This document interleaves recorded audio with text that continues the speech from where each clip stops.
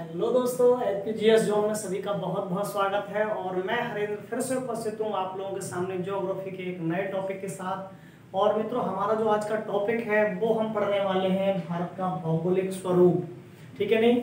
तो जिन लोगों ने चैनल को सब्सक्राइब नहीं किया है वो चैनल को सब्सक्राइब कर लें, और जिन लोगों ने मेरे पिछले वीडियो नहीं देखे हैं तो आप पिछले वीडियो देख लीजिएगा, क्योंकि आप जब लगातार वीडियो देखेंगे तभी चीजें आपको क्लियर हो पाएंगी।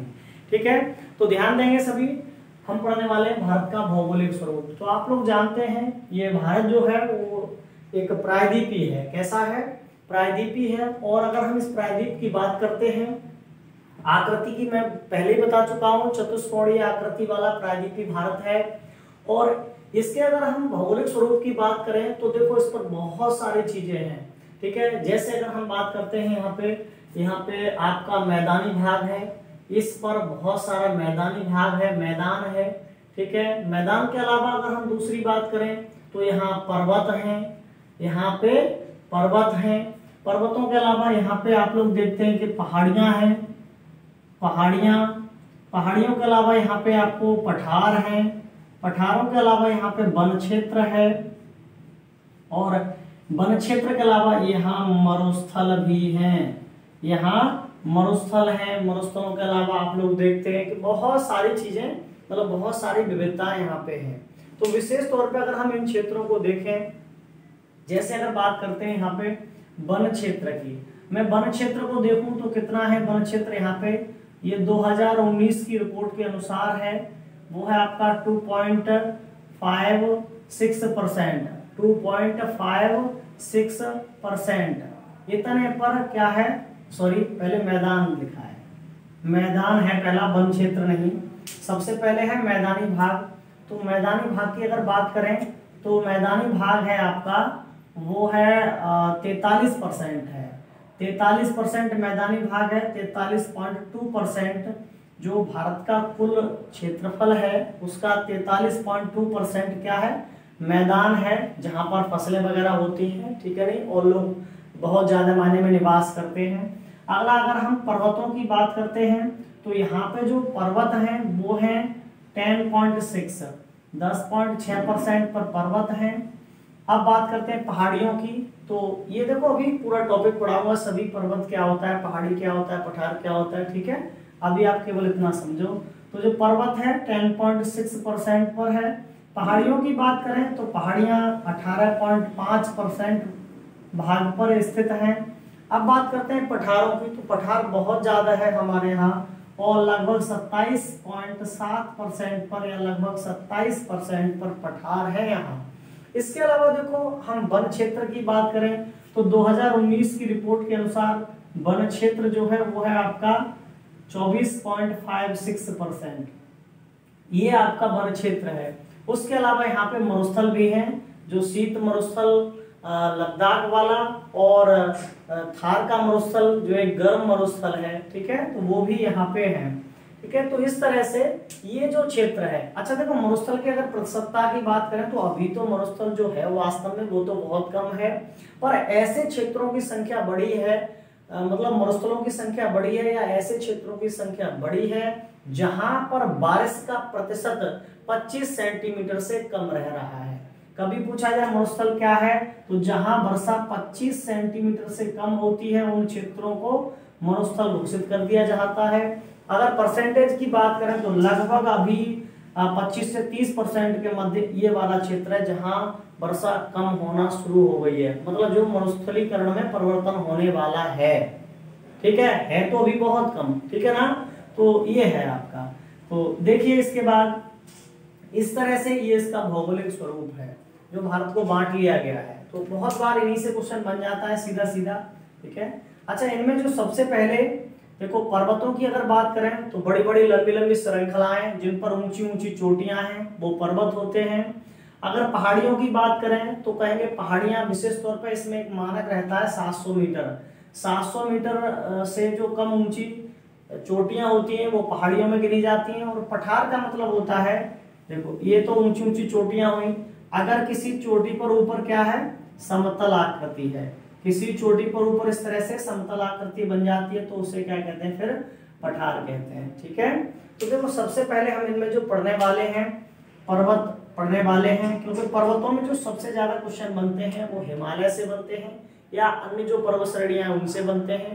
तो पर्वत और पर्वत श्रेणियों को ही सबसे पहले पढ़ेंगे। ठीक है, तो आप लोग ध्यान दीजिएगा। सबसे पहले हम पढ़ने वाले हैं हिमालय। किसको पढ़ने वाले हैं? तो हिमालय को पढ़ेंगे इस श्रेणी में। हिमालय आप लोग देख पा रहे होंगे, हिमालय को अगर देखें तो देखो इन क्षेत्रों में हिमालय बना हुआ है। ये इस हिमालय का क्षेत्र है, इस क्षेत्र में है हिमालय। ठीक है, अब जो हिमालय है ये बना कैसे है, ये एक क्वेश्चन खड़ा हो जाता है। कब बना है? तो आप लोगों ने सुना होगा कि हिमालय का स्थान देखो सबसे पहले। तो हिमालय के अगर स्थान की बात करें तो जहां पर टेथिस सागर था, जहां कभी क्या था, टेथिस नाम का एक सागर था, और इस टेथिस सागर के स्थान पर ही अब क्या बन गया है, तो हिमालय बन गया है। और ये जो टेथिस सागर था वो कब था? तो टेथिस सागर था 7 करोड़ वर्ष पहले। 7 करोड़ वर्ष पहले ये टेथिस सागर था। और इसी टेथिस सागर मतलब ये कहेंगे कि हिमालय की बनने की प्रक्रिया कितने वर्ष पुरानी है? तो 7 करोड़ वर्ष। 7 करोड़ वर्ष से पहले यहाँ टेथिस सागर था, उसके बाद यही हिमालय बनना शुरू हुआ। और हिमालय बनने का जो कारण है, हिमालय कैसे बना, तो मैंने आपको पढ़ा चुका हूं पीछे वीडियो में, वो है प्लेट विवर्तन। प्लेट विवर्तन के कारण हिमालय बना। और प्लेट विवर्तन में 2 प्लेटें, ये जो प्लेट विवर्तन की घटना थी इसमें 2 प्लेटें आपस में टकरा गई थी। ठीक है ना, और इन 2 प्लेटों की टकराहट से ही हिमालय बनना शुरू हुआ था। और वो प्लेटें कौन कौन सी थी? तो देखो एक तो थी भारतीय प्लेट, एक तो थी आपकी भारतीय प्लेट जो क्या है इंडो ऑस्ट्रेलियाई या इंडो ऑस्ट्रेलियन। ठीक है, और एक है यूरेशियाई प्लेट। यूरेशियाई प्लेट, तो यूरेशियाई प्लेट और भारतीय प्लेट के टकराहट के बाद ये बनना शुरू हुआ है। 7 करोड़ वर्ष पहले बनना शुरू हुआ था और अभी भी बन रहा है, अभी भी इसमें परिवर्तन आ रहे हैं। ऐसे पर्वत जिनमें लगातार परिवर्तन आ रहा होता है वे बलित पर्वत कहलाते हैं। ठीक है, तो आपको कई बार पूछ लेगा कि हिमालय को किस श्रेणी में रखा गया है, हिमालय किस श्रेणी का पर्वत है? तो हिमालय कैसा पर्वत है? तो हिमालय एक बलित पर्वत है। कैसा पर्वत है? ये एक बलित पर्वत है। ठीक है ना, और बलित पर्वत क्या होते हैं? तो हम कहेंगे कि ऐसे पर्वत जिनमें निरंतर परिवर्तन आ रहा है वे पर्वत क्या कहलाते हैं? आपके बलित पर्वत कहलाते हैं। ठीक है, अच्छा इसके बाद अगर हम बात करते हैं आपका, तो आप देखिए जो हिमालय है उसको अध्ययन के लिए 2 भागों में बांट लिया गया है। ठीक है, नहीं हिमालय को अध्ययन के लिए 2 भागों में बांट लिया गया है। ठीक है, तो बलित क्या होता है मैंने आप लोगों को बताया। बलित पर्वत ऐसे पर्वत है जिनमें अभी निरंतर परिवर्तन आ रहा है। अच्छा इसके बाद देखो हिमालय को अगर हम अध्ययन की बात करते हैं तो अध्ययन के लिए हिमालय को 2 भागों में बांट लिया गया है। हिमालय को अध्ययन के लिए 2 भागों में बांट लिया गया है। वे कौन कौन से भाग हैं और जानते हैं उनके विषय में। तो देखिए इसको 2 तरह से बांट लेंगे। एक तो भाई बांट लेते हैं आपका प्रादेशिक आधार पर। किस आधार पर? तो एक प्रादेशिक आधार पर बांट लेंगे और दूसरा संरचनात्मक आधार पर या इसकी स्थापना या रचना के आधार पर। तो एक किस में बांटेंगे आप? रचनात्मक, एक रचनात्मक आधार पर, और एक बांट लेते हैं इसको प्रादेशिक आधार पर, एक प्रादेशिक आधार पर। तो 2 तरह से इसको बांट लिया गया है। ठीक है, और दोनों ही तरह से इसके जो प्रकार हैं वो कितने कितने हैं? तो दोनों ही तरह से 4 प्रकार हैं इसके। ठीक है, जैसे अगर हम संरचनात्मक की बात करते हैं तो इसमें जो सबसे पहला प्रकार है वो रहता है आपका ट्रांस हिमालय। कौन सा रहता है सबसे पहले? तो इसमें रहता है ट्रांस हिमालय, ये सबसे पहला प्रकार रहता है।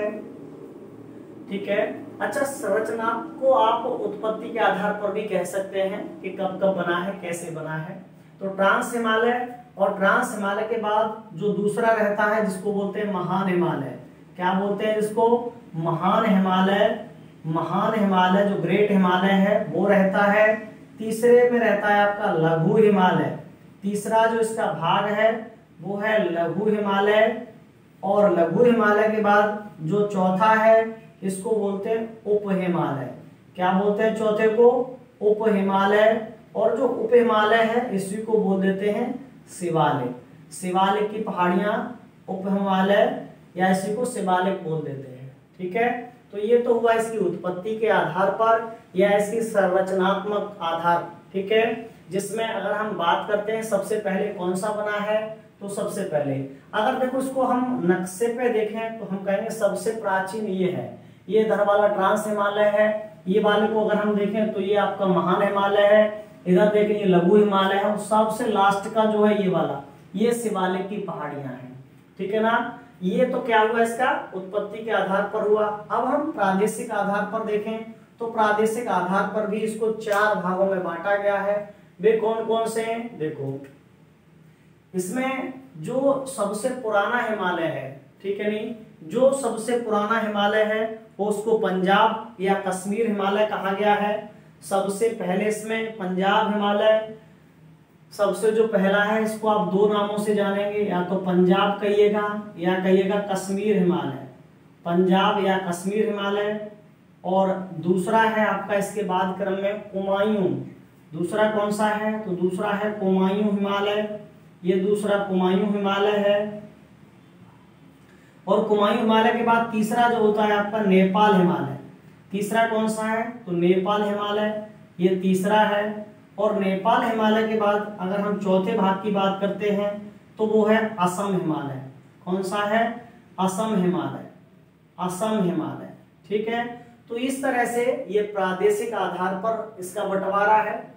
पंजाब या कश्मीर हिमालय, कुमायूं हिमालय, नेपाल हिमालय और असम हिमालय। हम दोनों को ही पढ़ेंगे क्रम से। और सबसे पहले जो हम पढ़ने वाले हैं वो ये वाला पार्ट पढ़ेंगे, इसका संरचनात्मक वाला। ठीक है नहीं, तो देखो संरचनात्मक वाले में जो सबसे पहला है वो है आपका ट्रांस हिमालय। संरचनात्मक या उत्पत्ति के आधार पर जो सबसे प्राचीन है वो ट्रांस हिमालय है। तो सबसे पहले जो हम पढ़ेंगे वो ट्रांस हिमालय को पढ़ेंगे। ट्रांस हिमालय बना कैसे है? तो अवसादी चट्टानों से। ट्रांस हिमालय कैसे बना है? हम जो पढ़ते हैं ट्रांस हिमालय, ट्रांस हिमालय सबसे पहले आप याद रखो क्रम में यह सबसे प्राचीन है। ये भाग क्या है? तो सबसे प्राचीन भाग है। मतलब हिमालय जब बनना शुरू हुआ तो सबसे पहले उसका ये वाला भाग बना, ये वाला भाग सबसे पहले बना है, इसको ट्रांस हिमालय बोलते हैं। ठीक है ना। और इसके बाद अगर हम बात करते हैं तो सबसे प्राचीन हो गया। अब प्राचीन के बाद अगर इसमें हम दूसरी बात करते हैं तो हम कहेंगे भाई सेल कैसी है, इसमें चट्टानें कैसी, कैसी सेलों से बना है? सेल या आप इसको चट्टान कहेंगे। तो ये कैसी चट्टानों से बना है? मैंने कहा था ये बना है आपका अवसादी चट्टानों से। अब अवसादी से क्यों बना है? तो उसका कारण है ये टेस्ट जो महासागर था उसके स्थान पर ही तो बना है। ठीक है ना। तो जाहिर सी बात है कि परत दर परत इसमें जमा हुआ होगा। तो अच्छा, इसके बाद अगर बात करते हैं कि नदियों की, इसके बाद बात करते हैं नदियों की। इस क्षेत्रों से कौन कौन सी नदियां गुजरती हैं? कौन कौन सी नदियां हैं? तो सतलज, सिंधु, ब्रह्मपुत्र और सांगपो। इस क्षेत्र से जो नदियां गुजरती हैं, इस क्षेत्र से जो नदियां गुजरती हैं वो देखिए सिंधु गुजरती है, सिंधु गुजरती है, सिंधु के बाद दूसरी सांगपो गुजरती है, सांगपो के बाद सतलज गुजरती है, सतलज, सतलज गुजरती है यहाँ से। ठीक है। और सतलज के बाद जो अगली गुजरती है नदी वो है आपकी क्रम में ब्रह्मपुत्र। कौन सी है? तो एक और गुजरती है ये ब्रह्मपुत्र। तो कुल मिला के ये नदियां इस क्षेत्र से गुजरती हैं। अब बात करते हैं इसमें कौन कौन सी पर्वत श्रेणियां आती हैं। तो आप बात करने वाले हैं पर्वत श्रेणियों की। तो हम देखेंगे कि इस क्षेत्र में कौन कौन सी पर्वत श्रेणियां हैं जो बहुत प्रमुख है। सबसे पहले अगर बात करें हम तो काराकोरम। सबसे पहले जो बात करने वाले हैं कौन सी श्रेणी है? तो सबसे पहले देखिए आप काराकोरम इसी श्रेणी में है। ठीक है ना। लद्दाख, जास्कर, कैलाश पर्वत। ठीक है। इसमें अगर श्रेणियों की बात करें कौन कौन सी हैं, तो काराकोरम,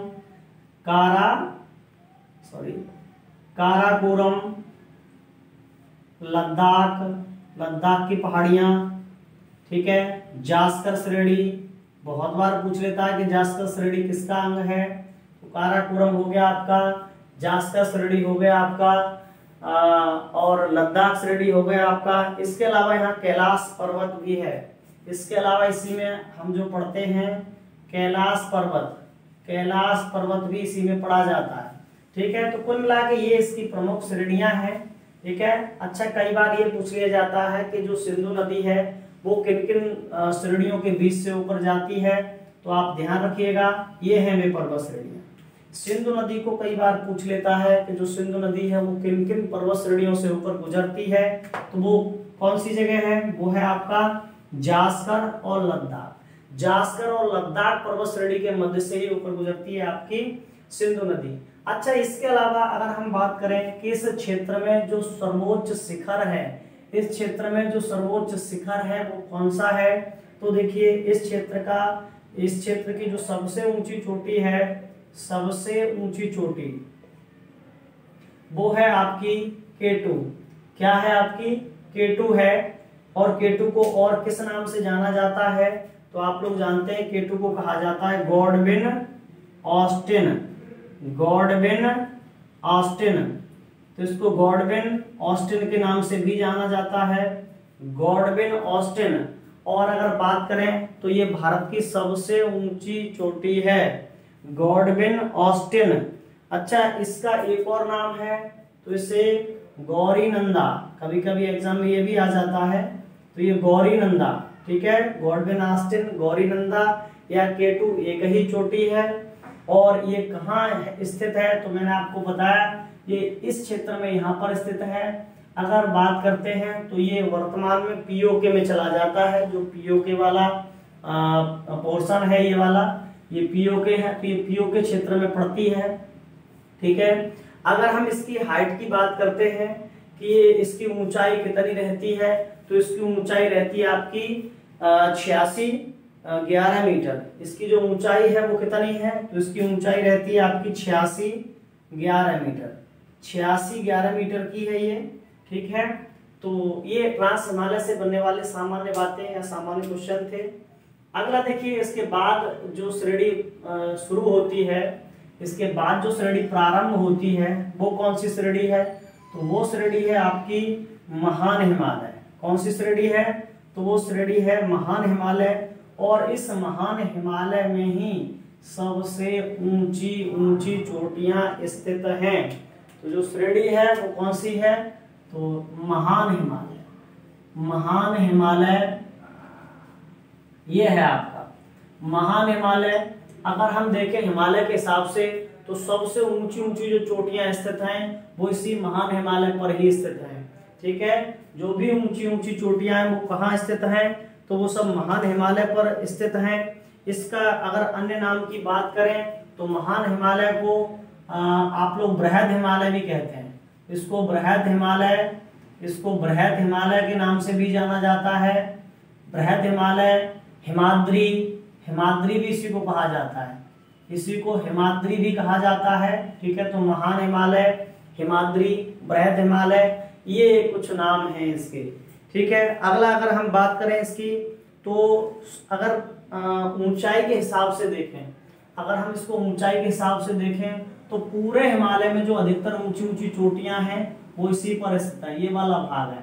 पूरे हिमालय पर जो ऊंची ऊंची चोटियां हैं वो इसी पर स्थित है, इसीलिए औसतन ऊंचाई इसकी सबसे ज्यादा है। अगर औसतन ऊंचाई देखें तो इसकी औसतन ऊंचाई लगभग 6100 मीटर हो जाती है, जो क्या है, सर्वाधिक है, ठीक है नहीं, 6100 मीटर है, सर्वाधिक है। कारण क्या है, क्योंकि विश्व की जो ऊंची ऊंची चोटियां हैं वो इसी क्षेत्र में है। जैसे कुछ चोटियों की अगर हम बात करते हैं तो आप लोग जानते हैं जो विश्व की सबसे ऊंची चोटी है, जो विश्व की सबसे ऊंची चोटी है, विश्व की सबसे ऊंची चोटी कौन सी है भाई, विश्व की सबसे ऊंची चोटी है आपका माउंट एवरेस्ट। कौन सी है? Mount Everest. तो माउंट एवरेस्ट इसी में स्थित है। सही मायने में देखें तो नेपाल में है वो। माउंट एवरेस्ट कहाँ है? नेपाल में है। अगर हम माउंट एवरेस्ट की ऊंचाई की बात करते हैं तो आप लोग सभी जानते हैं 8,848 मीटर है। हालांकि अभी वर्तमान में जो नई दूरी बताई है चीन और नेपाल ने मिलकर, वो क्या बताई है? तो वैसे तो यही है 8,848, पर कई किताबों में आपको 8,850 भी मिलेगा। सही यही है। जो इसकी नई ऊंचाई बताई है, जो इसकी नई ऊंचाई है वो आप याद रखिएगा, नई ऊंचाई है 8,848.86 मीटर। तो जो वृद्धि है दर्शाई गई वो बताई गई है 0.86 मीटर या लगभग पौन मीटर इसमें वृद्धि दर्शाई गई है। ठीक है। कब्जा किसका है? तो मैंने बताया इस पे नेपाल का है। इसके अलावा नेपाल में इसके नाम पूछ लेता है कई बार आपको कि नाम क्या है। तो नेपाल में इसको क्या कहा जाता है? नेपाल में इसको क्या कहा जाता है? तो नेपाल में इस चोटी को कहा जाता है सागरमाथा। सागरमाथा कहा जाता है। इसके अलावा अगर तिब्बत में देखें तो इसको चोमोलांगमा। ठीक है। तिब्बत में क्या कहते हैं? तो इस चोटी को कहते हैं चोमोलांगमा। चोमोलांगमा। ठीक है।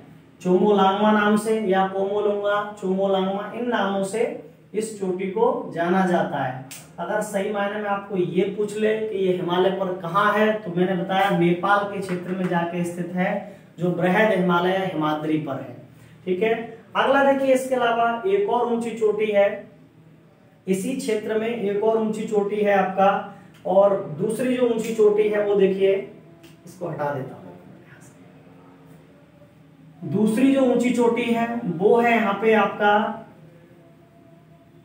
सिक्किम में जो पड़ती है। दूसरी जो ऊंची चोटी है वो भी इसी क्षेत्र की है। ठीक है नहीं, और वो है आपकी कंचनजंगा। क्या है?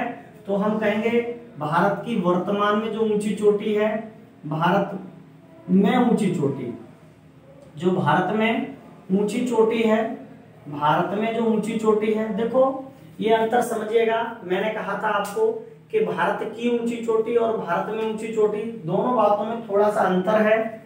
और वो अंतर ये है कि अगर हम बात करते हैं K2 की, तो K2 सही मायने में कब्जाई तो पीओके का है, या पाकिस्तान का कब्जाई तो पीओके पे, सही मायने वो है तो इंडिया में ही। ठीक है ना। तो K2 पड़ता है यहाँ पे, तो उसको बोलते हैं कि भारत की ऊंची चोटी है।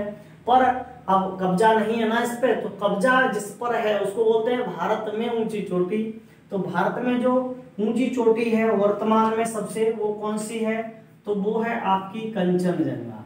कौन सी है? कंचनजंगा है। और ये कंचनजंगा की बात करें, स्थान को देखें तो देखो इस तरह से, ये यहाँ से थोड़ा लंबा है, सिक्किम में है। ये सिक्किम थोड़ा दूर बन गया है नक्शे में, पर आप याद रखिएगा ये जो है सिक्किम में पड़ती है। कहाँ पड़ती है? तो ये पड़ती है आपका सिक्किम में। 8,598 मीटर का है ये। 8,598 मीटर की स्थिति की बात करें तो ये पड़ती है आपकी सिक्किम में। याद रखिएगा आप इसको, ये सिक्किम में है। तो आप लोग देख पा रहे हैं। इसके अलावा इस क्षेत्र में और भी ऊंची चोटियां हैं, जैसे मैं बताता हूं आपको। दो हो गई। ठीक है। एक एवरेस्ट हो गई, दूसरी आपकी कंचनजंगा हो गई। अगर क्रम में हम देखें, तीसरी ऊंची चोटी इस क्षेत्र में जो है वो है आपकी नंगा पर्वत है, नंदा देवी है, कामेत है, नामचा बरवा है। नंगा पर्वत है। ठीक है। नंदा देवी है, नंदा देवी भी इसी पे स्थित है। और पांचवा बात करें नामचा बरवा भी इसी पर है। ठीक है। तो कुल मिला के कामेत भी यहीं पे है, कामेत। कुल मिला के आप लोग देख पा रहे हैं कि जो ऊंची ऊंची चोटियां हैं, ठीक है, लगभग ये सभी जो चोटियां हैं वो 8,000 के आसपास, 8,000 मीटर के आसपास ऊंची हैं। ठीक है। तो ये सभी कहाँ पड़ती हैं? तो ये सब पड़ती हैं आपके बृहद हिमालय में। ठीक है ना। बृहद हिमालय इस तरह से गिना जाता है, इस तरह से ये बृहद हिमालय है, मतलब बीच वाला पॉइंट। आप ऐसे समझ सकते हैं इसको, जैसे ये पूरा हिमालय है, ये पूरा हिमालय है। तो एक तो इसको ऐसे बांटा गया है, जैसे मैंने पहले बना दिया था आपको, एक ऐसे बांट लिया गया, इस तरह से, ठीक है नहीं, ऐसे बांट लिया गया इसको 4 पार्ट में ऐसे। एक तो ये हो गया, इसमें ये वाला रहा बृहद हिमालय, और एक जो बांटा है आपका, जैसे मैंने कहा प्रादेशिक आधार पर, तब ऐसे काट काट के बांटेंगे इसको। मान लीजिए हिमालय है और इस हिमालय को प्रादेशिक आधार पर तब ऐसे ऐसे बांटते हैं इसको, ऐसे काट के, ठीक है। तो ये अंतर है, परेशान ना हो आप लोग, ठीक है भैया। अगला देखिए, इसके बाद अगर हम बात करते हैं आपका इसमें जो नदी है ना, इसमें हम जो बात करते हैं, अगर नदी की बात करें तो मध्य हिमालय में कई नदियां हैं, ठीक है नहीं, क्योंकि आप लोग देखते हैं कि एवरेस्ट, कंचनजंगा, नंगा पर्वत इतने हैं, तो बहुत सारी नदियां जो भारत में बहने वाली हैं वो यहीं से निकलती हैं। ये बात मैं आपको नदियां जब पढ़ाऊंगा तो वहीं पे बताऊंगा कि कौन सी कहां से निकल रही है, कौन सी पर्वत श्रेणी से, ठीक है ना। अगला फिर आप पढ़ लीजिएगा, इसके बाद हम कहेंगे जो हिमालय आएगा क्रम में, महान के बाद वो लघु हिमालय, क्या आएगा क्रम में, तो फिर जो आने वाला है लघु हिमालय आने वाला है। देखिए अगला जो है वो है आपका लघु हिमालय, लघु हिमालय है अगला क्रम में। और देखिए जब भी हम लघु हिमालय की बात करें तो लघु हिमालय को कई नामों से जाना जाता है, जैसे मध्य हिमालय कह देते हैं, निम्न हिमालय कह देते हैं इसको मध्य हिमालय, निम्न हिमालय भी कह देते हैं, ठीक है। मध्य हिमालय, निम्न हिमालय,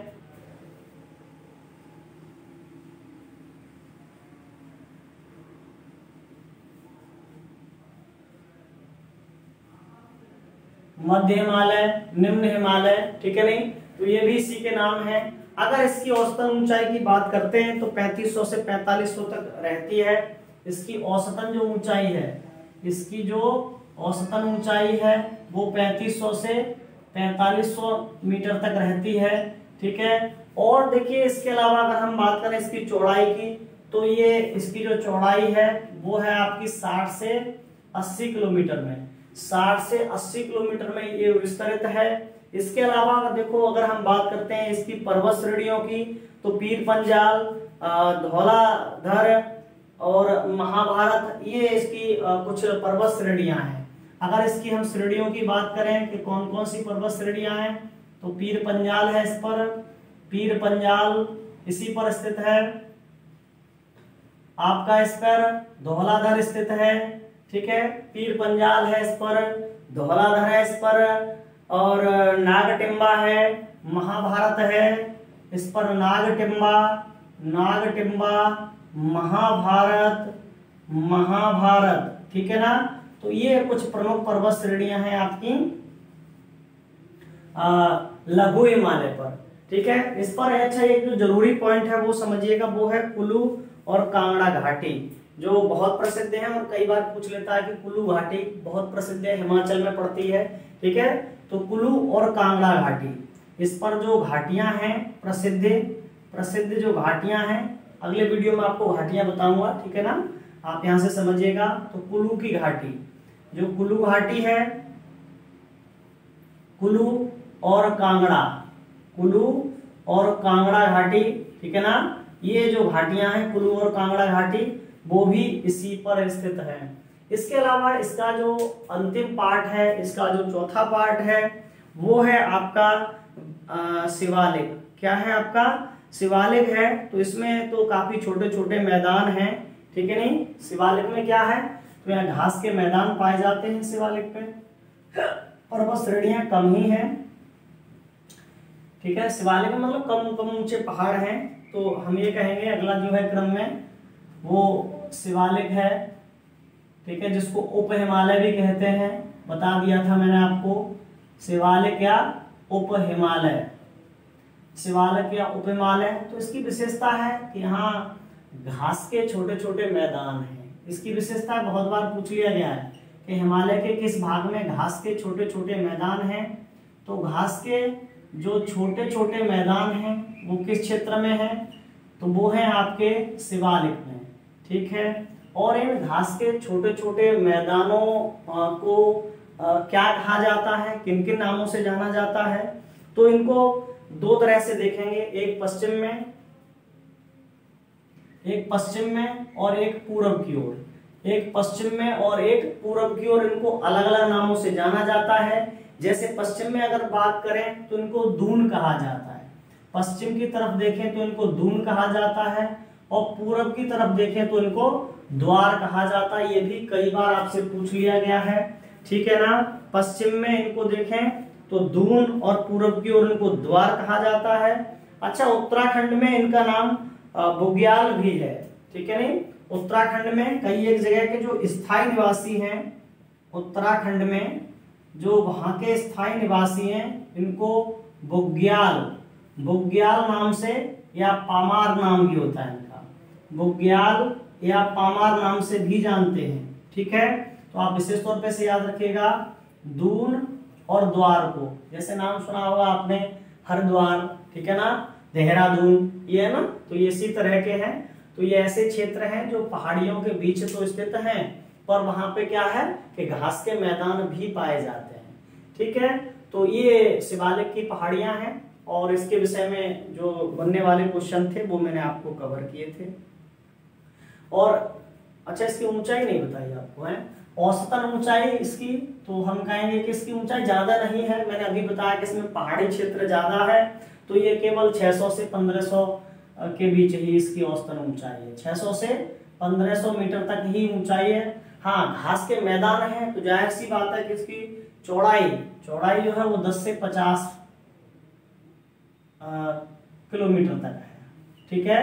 10 से 50 किलोमीटर तक इसकी जो है वो चौड़ाई है, ठीक है। चौड़ाई सब किलोमीटर में होगी, पीछे मैंने अगर मीटर लिख दिया हो तो भी आप समझ लेना है किलोमीटर होगा। 60 से 80 किलोमीटर पिछले वाले की थी, ठीक है ना।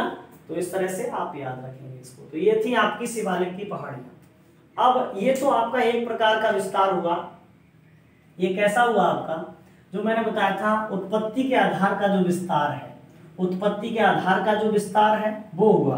अगर आप कभी पूछ ले आपको कि हिमालय की उत्पत्ति के आधार पर सबसे पुराना भाग कौन सा है, तो आप आसानी से बता पाएंगे कि उत्पत्ति के आधार पर सबसे पुराना ट्रांस हिमालय है, और सबसे नया कौन सा है तो शिवालिक या शिवालय है। मैंने जो भाग लिखे हैं वो पीछे लिखे थे भाग मैंने, तो वो सभी मैंने क्रम से ही लिखे थे, ठीक है। तो आप आसानी से बता पाएंगे। अब इसका दूसरा जो स्वरूप है प्रादेशिक वाला, जो हम बांटने वाले हैं हिमालय को, वो बांटने वाले हैं प्रादेशिक आधार पर। तो हमने प्रादेशिक आधार पर इसका बंटवारा किया था, वो कितने भागों में किया था, 4 भागों में। और जो 4 भाग हैं आपके, वो मैंने आपको बताए थे कि पंजाब और कश्मीर, इसके अलावा जो है आपका कुमायूं के बाद जो रहेगा क्रम में वो रहेगा आपका नेपाल, और नेपाल के बाद सबसे बाद में रहेगा असम हिमालय, ठीक है। तो ये प्रादेशिक आधार पर बांटे गए हैं। देखते हैं इनको भी क्या क्या क्वेश्चन इनसे बन सकते हैं। सबसे पहले इनको बांटा किसने है, ठीक है नहीं, इनको बांटने वाले व्यक्ति कौन है, या किस व्यक्ति ने प्रादेशिक आधार पर इनको बांटने का प्रयास किया था, तो उनका नाम है सर सिडनी बुराड। प्रादेशिक आधार पर जो 4 भागों में बांटा है हिमालय को, उन व्यक्ति का नाम है सिडनी बुराड। क्या नाम है, sir Sydney Burrard.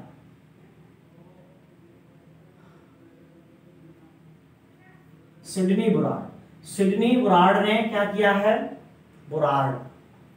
Sydney Burrard Ravi ऊपर, ठीक है। सिडनी बुराड ने क्या किया है कि प्रादेशिक आधार पर 4 भागों में बांटा है।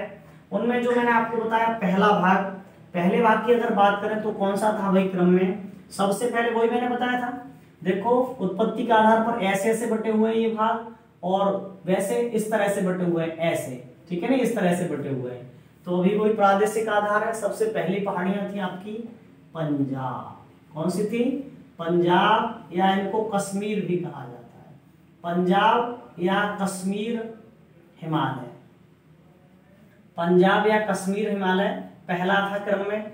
तो अभी हम इसमें पंजाब और कश्मीर हिमालय की विशेषताओं को देखते हैं क्या क्या है। सबसे पहले देखो, अगर पंजाब कश्मीर हिमालय की बात करें तो यहाँ पे नदी देखेंगे, तो ये जो सतलज और सिंधु नदी की अगर बात करें तो सतलज और सिंधु नदी की बात करें तो सतलज यहाँ से बहती है, और कौन सी बहती है तो सिंधु।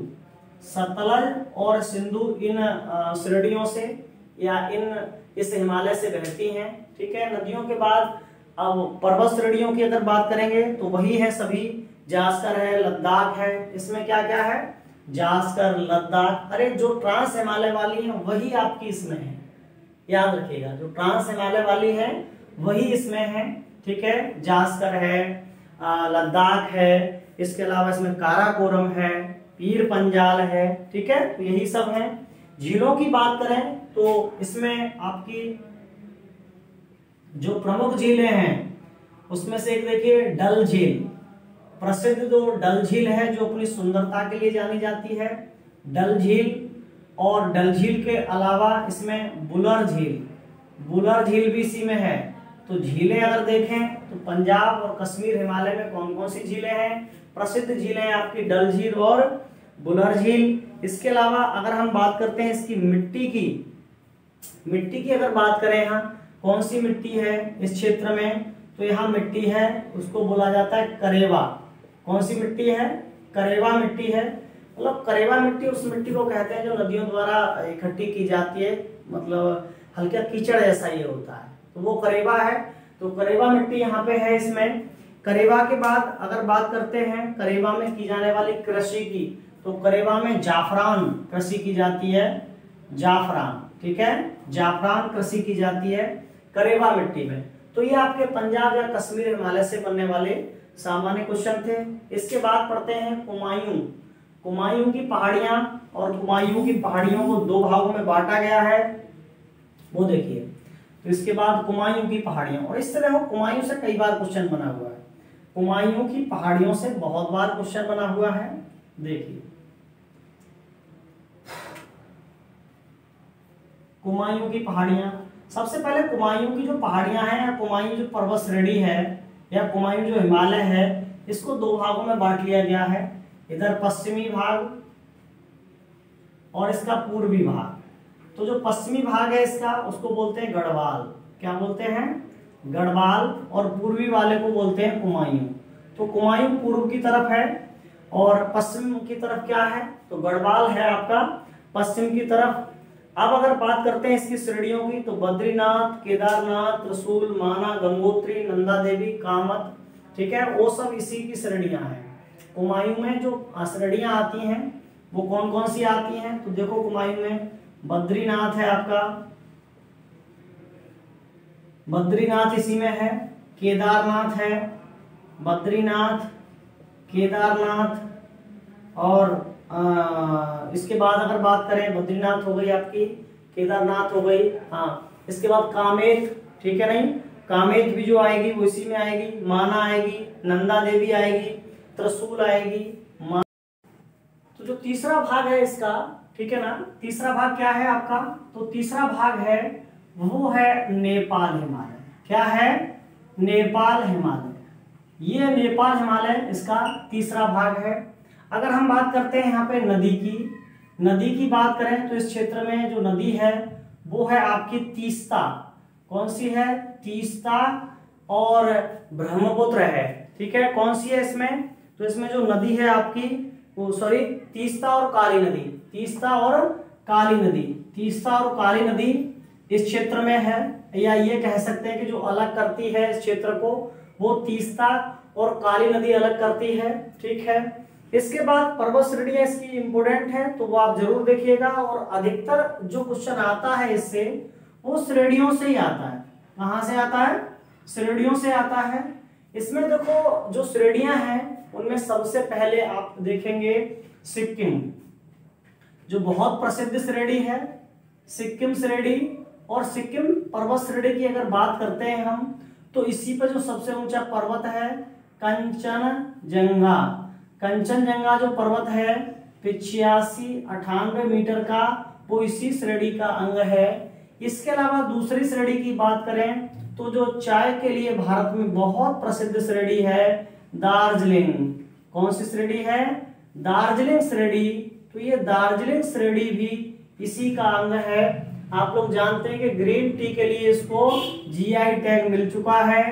इसके अलावा अगर तीसरी बात करते हैं हम, तो तीसरी जो श्रेणी है इसमें भूटान श्रेणी, भूटान श्रेणी तीसरी श्रेणी है इसकी। तो सिक्किम श्रेणी, दार्जिलिंग श्रेणी, भूटान श्रेणी ये सी में आती है, ठीक है ना। इसके अलावा अगर हम बात करते हैं आपका चौथे भाग की, कौन सा, हिमालय का जो चौथा भाग है वो कौन सा है, तो हिमालय का चौथा भाग है असम हिमालय। कौन सा है भाई, हिमालय का जो चौथा भाग है वो है आपका असम हिमालय। अगर हम असम हिमालय की बात करते हैं तो ये सबसे लास्ट पार्ट है इसका, ठीक है। और यहाँ अगर नदी की बात करें तो इसमें जो नदी है वो है ब्रह्मपुत्र।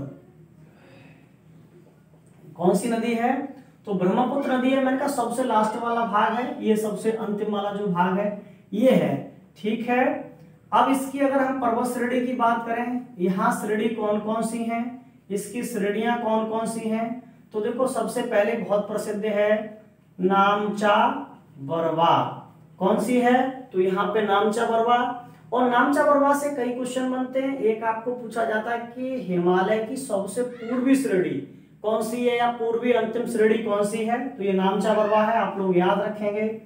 अगर हम नामचा बरवा की ऊंचाई की बात करते हैं कितनी है, तो इसकी ऊंचाई है आपका 7782।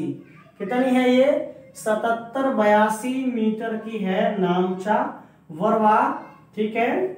और है कहाँ, तो मैंने कहा ये बिल्कुल लास्ट में अरुणाचल के ऊपर इस तरफ यहां जाके स्थित है, ठीक है। इसके अलावा देखो, और अगर हम बात करें दूसरी पर्वत श्रेणी की, तो पोहनी इसी का अंग है। पोहनी जो पर्वत श्रेणी है वो इसी का अंग है, ठीक है। अगर हम अगले की बात करें क्रम में, तो इसमें आप देखेंगे कावस इसी का अंग है, जोमोलहारी इसी का अंग है, कावस है इस पर, कावस है ना। अगली देखें तो जोमोलहारी है, जोमोलहारी ये भी इसी पर है, ठीक है। तो ये इसकी प्रमुख पर्वत श्रेणियां हैं, पर आप सबसे ज्यादा नामचा बरवा को याद रखेंगे। अधिकतर जो एग्जाम में पूछी जाती है वो नामचा बरवा ही पूछी जाती है। अब देखो हम बात करते हैं एक और, तो हम जो इसमें बात करने वाले हैं वो है इसके दर्रे। तो जेलैपला, ठीक है, ब्यांग्याप, ये जो दर्रे हैं जो मैंने आपको पिछले वीडियो में पढ़ाए थे, इस तरफ जो पढ़ने वाले दर्रे हैं, ठीक है नहीं, तो वो सब कहाँ आते हैं, इसी में आते हैं। प्रमुख तौर पे हम देखें तो जेलैपला जो सिक्किम का प्रमुख दर्रा है, ठीक है नहीं, जेलैपला के बाद ब्यांग्याप दर्रा जो अरुणाचल का है, बोमीडला, ठीक है, बोमीडला अरुणाचल का, तो वो इस पर दर्रे आते हैं, ठीक है ना। तो ये जो हिमालय से बनने वाले सामान्य क्वेश्चन थे। उम्मीद है कि वीडियो पसंद आया होगा आप लोगों को। अच्छा देखिए, इनको आप निरंतर पढ़िए, हो सकता है एक बार में समझ ना आए फिर से देखें, ठीक है नहीं, तो आपको क्लियर हो जाएगा। और स्वयं भी पढ़िए, मित्रों से भी कहिए, ठीक है, और चैनल को सब्सक्राइब भी कर लें। और देखो ऐसा होता है कि आप अगर किसी के साथ अच्छा करते हैं तो आपके साथ भी अच्छा होता है, ठीक है। तो पढ़ो पढ़ाओ, लाइव बनाओ HPGS जोन, और अगली वीडियो जल्द ही आने